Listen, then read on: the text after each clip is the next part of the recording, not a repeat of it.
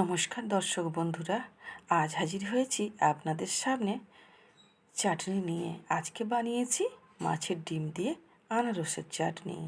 একবার এইভাবে বানিয়ে করে দেখুন আনারস দিয়ে মাছের ডিমের চাটনি, দেখবেন সবাই আঙুল চেটে খাবে।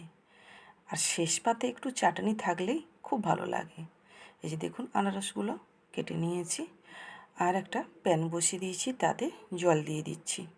পরিমাণ মতো জল দিয়ে হলুদ একবারে আধা চামচের কম, আর দিয়ে দেব লবণ, সেটাও আধা চামচের কম, আর 1 চামচ সরষের তেল দিয়ে ভালো করে চামচটা দিয়ে গুলিয়ে নেব। এই যে দেখুন গুলিয়ে নিয়েছি। একটু গরম হবে জলটা, তারপরে দিয়ে দিচ্ছি মাছের ডিমটা। মাছের ডিমটা দিয়ে এবার ঢাকা লাগিয়ে সেদ্ধ করে নেব। এই যে দেখুন 2 থেকে 3 মিনিটের পরে ঘুরে এসেছি। এই যে দেখুন এক সাইড হয়ে গেছে, আবার এক সাইড উল্টে নিচ্ছি আলতোভাবে। এই যে দেখুন এইভাবে চামচ দিয়ে উল্টে নেব। এই যে দেখুন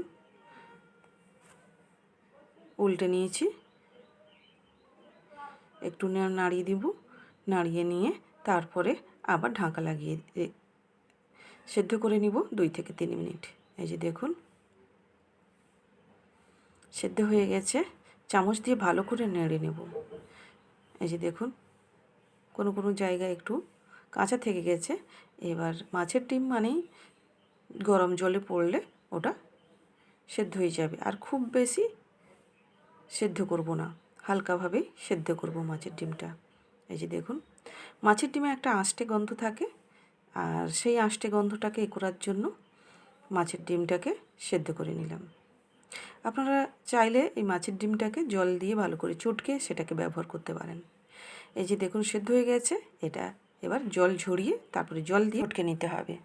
এবার গ্রাইন্ডারে বাটি নিয়েছি, তাতে আমি এখানে 2 চামচ পোস্ত নিয়েছি।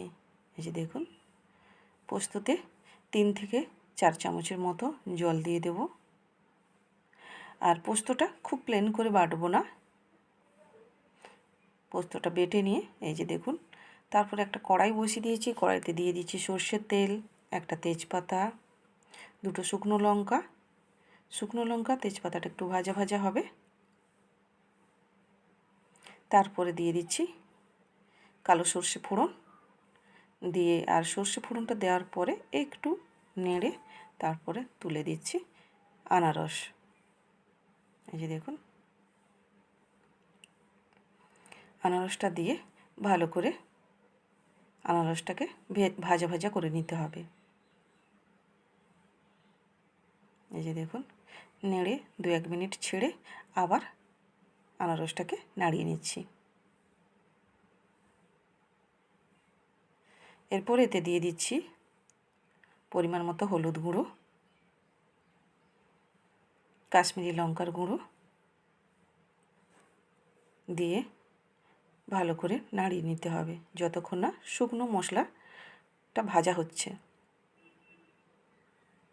এই যে দেখুন, আর এতে চাইলে আপনারা কাঁচা লঙ্কা বা ঝাল লঙ্কার গুঁড়ো ব্যবহার করতে পারেন। আমি এখানে ঝালটা দেব না বেশি, বাচ্চারা খাবে তো তাই ঝালটা দেব না, আপনারা চাইলে ঝালটা ব্যবহার করতে পারেন।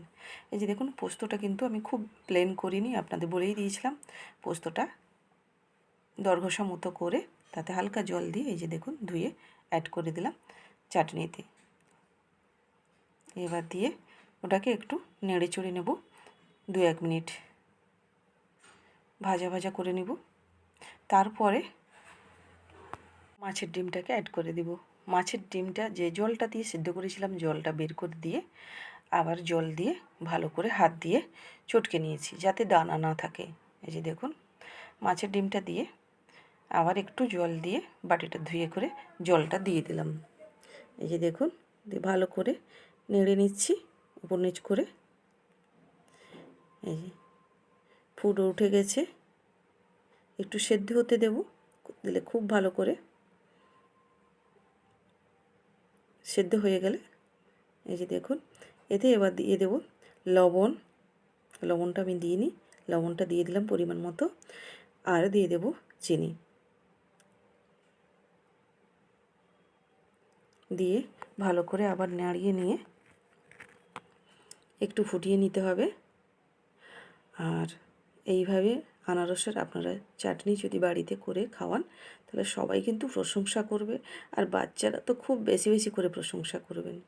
আমি এখানে চিনিটা দিলাম একটু বেশি, আপনারা চাইলে চিনিটা কম বেশি আপনাদের যেমন লাগবে সেরকম করে নিতে পারেন। এই যে দেখুন চাটনিটা কিন্তু হয়ে গেছে, খুব বেশি আমি ঘন করব না এখানে। এই যে চাটনিটা হয়ে গেছে। চাটনিটা এবার আমি গ্যাসটা অফ করে ঢাকাটা লাগিয়ে রেখে দেব 5 মিনিটের মতো। 5 মিনিট পরে ঘুরে এসছে, যে দেখুন চাটনিটা কালারও খুব সুন্দর এসছে আর দেখতেও খুব সুন্দর লাগছে, তেমন খেতেও খুব সুন্দর হয়েছে। এই যে দেখুন আমি এখানে বেশি ঘন করিনি, হালকা একটু পাতলা পাতলা রেখেছি। যত ঠান্ডা হবে কিন্তু চাটনি মানেই ঘন হতে থাকবে। এই যে দেখুন চাটনি রেডি হয়ে গেছে, একটা বড় বাটিতে করে বেড়ে নিয়েছি। দেখুন চাটনিটা কেমন লাগলো আপনাদের নিশ্চয়ই কমেন্টে জানাবেন। ভালো লাগলে একটা লাইক শেয়ার করে পাশে থাকবেন। আর সবাইকে অনেক অনেক ধন্যবাদ আমার ভিডিওটা ফুল দেখার জন্য।